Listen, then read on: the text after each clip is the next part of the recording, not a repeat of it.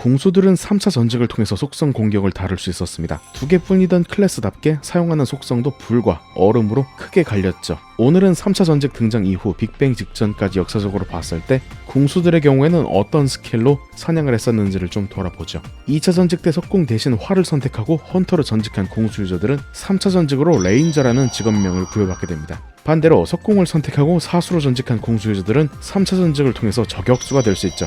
직업명들이 영문과 국문으로 나뉘는 것이 좀 재밌습니다.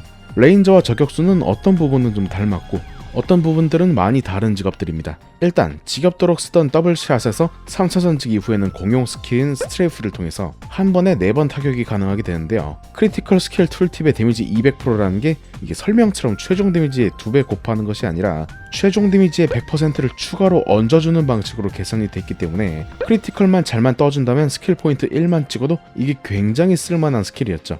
궁수들은 이 댐뻥 좋은 스트레이프와 특유의 높은 명중률을 활용해서 일찍이 리플레이에서 사냥을 할 수 있었습니다. 70레벨 언저리부터 레벨 105의 뉴트 주니어를 잡아내는 알까기를 할 수가 있었던 것이죠. 메이플 특성상 85에서 90렙 대 몬스터들부터 획득 경험치의 양이 기하급수적으로 증가하는데 뉴트 주니어는 경험치를 3800을 줬죠.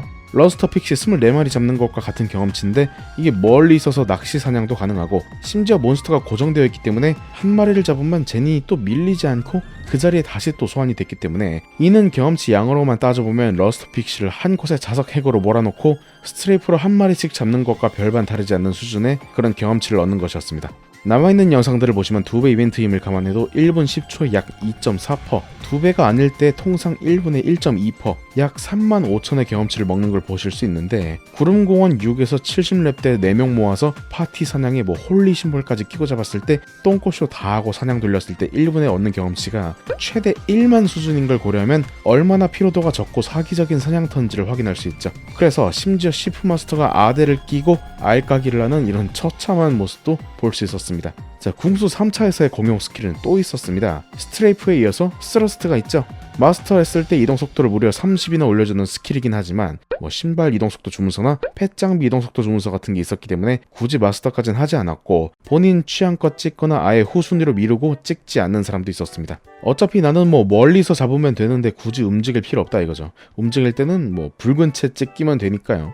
그 다음에 공용 스킬로는 모탈 블로우가 있습니다. 2차 전직 때 파워 넉백으로 몬스터를 확실하게 넉백시켜서 공격할 거리를 만들던 것과는 달리 모탈 블로우를 올리게 되면 굳이 그럴 필요 없이 과감히 가까이서 적을 공격할 수 있었습니다. 사실 별로 쓸 일이 없는 것 같은 스킬인 것 같긴 한데 그 당시에는 은근히 평가는 좋았습니다. 그것도 그럴 게 궁수라고 무조건 낚시 사냥을 하는 것도 아니고 몬스터랑 좀 붙는 경우가 덜어 있는데 그럴 때 간간히 터져주는 모탈 블로우의 데미지는 250%, 거의 에로 블로우 수준에다가 심지어 MP 소모량도 없었기 때문에 무조건 먼저 찍어라까진 아니지만 찍어두면 언젠간 도움이 되는 스킬, 이 정도 취급을 받았습니다.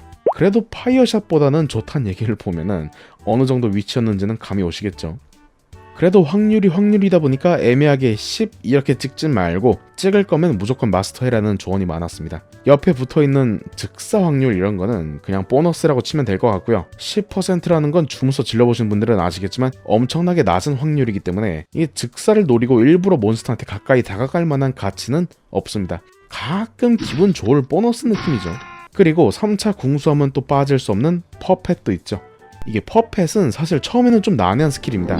소환하면 그쪽으로 어그로 끌린다는 것까지는 내가 알겠는데 이거는 어쩌라는 건지 감이 잘 안 잡히죠. 사실 퍼펫은 이제 몬스터 뒤쪽에 설치를 해서 몬스터가 퍼펫을 들이받고 있는 동안 너는 후방에서 몹을 치면 된다, 이런 식의 활용도 물론 있긴 한데 개인적으로 퍼펫 활용의 정수는 파플라투스 전에서 나온다고 생각을 합니다. 파플라투스의 스킬 대부분은 화면 전체가 공격 범위이긴 하지만 말 그대로 화면 전체 정도지 시계탑의 근원은 화면 한 개로는 담을 수 없을 정도로 좀 길거든요. 그래서 퍼펫을 오른쪽 끝에 위치를 시키고 파플라투스를 왼쪽으로 밀어버리면 파플라투스의 어그로 1순위는 화면 밖에 있는 퍼펫을 향하기 때문에 공격 대상을 찾지 못한 파플라투스는 아직 공격을 하지 않습니다. 물론 스킬 해제나 스턴 같은 자주 쓰는 스킬 같은 건 가끔 걸긴 하는데, 일단 전체 범위 공격이 봉인되는 격이기 때문에 만일 데미지 1만 이상으로 파플라투스를 계속 넉백시킬 수 있는 궁수라면 퍼펫을 깔아둔 후 허수아비가 된 파푸를 그냥 죽을 때까지 패기만 하면 된다는 엄청나게 쉬운 공략법이 나와버립니다.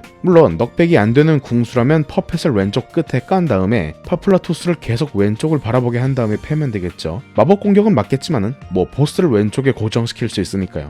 맵 전체가 공격 범위인 자쿰이나 혼텔 등지에선 사용이 불가능하지만 때에 따라서 사기적인 스킬이 되기도 하는 것이 바로 퍼펫입니다. 공용 스킬로는 또 실버 호크와 골든 이글이 있습니다. 3차의 소환수라 그러면 뭐 프리스트의 서먼 드래곤, 허밋의 섀도우 파트너, 발키리의 옥토퍼스 이런 것들이 있지만 그 중에서도 활용도가 제일 높은 건 바로 궁수의 소환수들입니다. 다른 게 아니라 몬스터를 스턴을 시켜주기 때문이죠.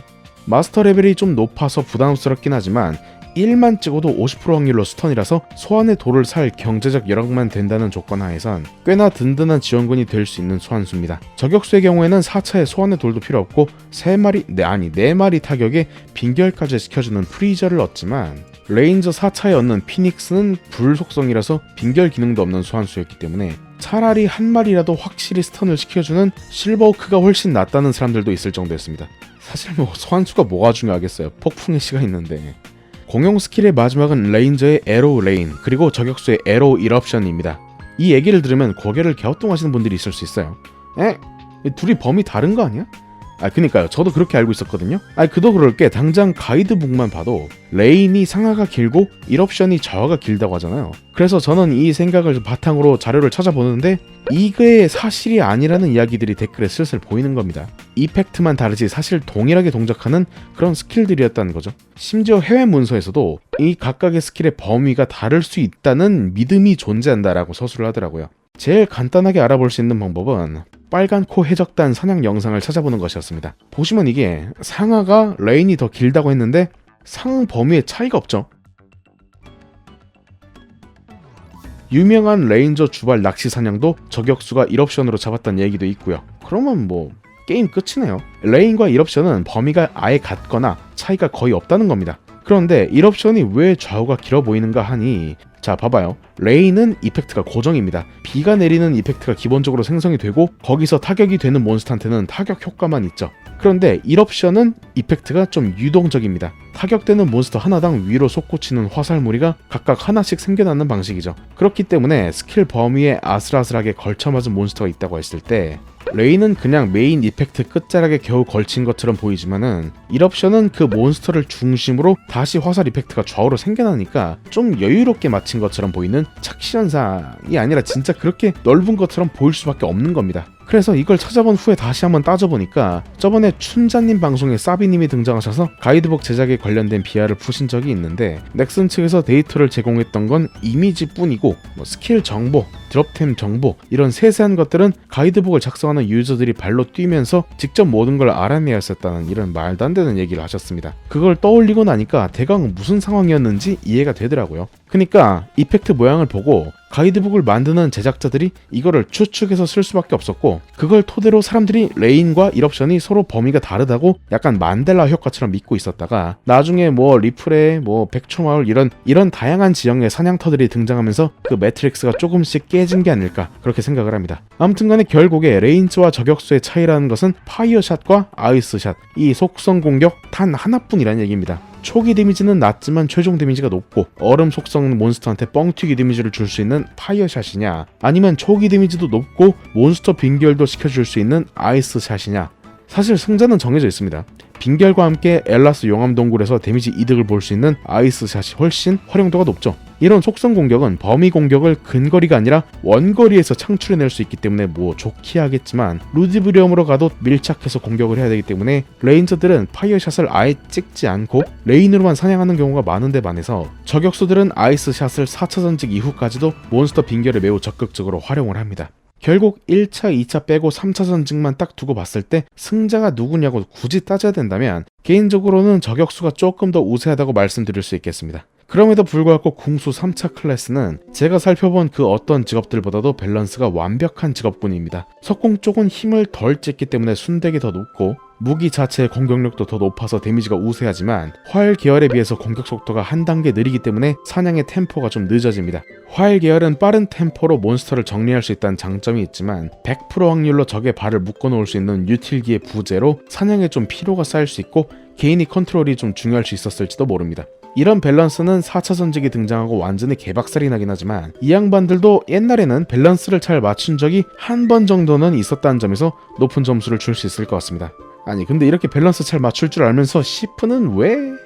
말 나온 김에 다음번에는 도적 쪽 3차 전직에 대해서도 한번 알아보고 다음에 돌아오도록 하겠습니다. 자, 오늘의 이야기는 여기까지. 더 많은 정보를 원하신다면 메이플홀릭 구독해주세요.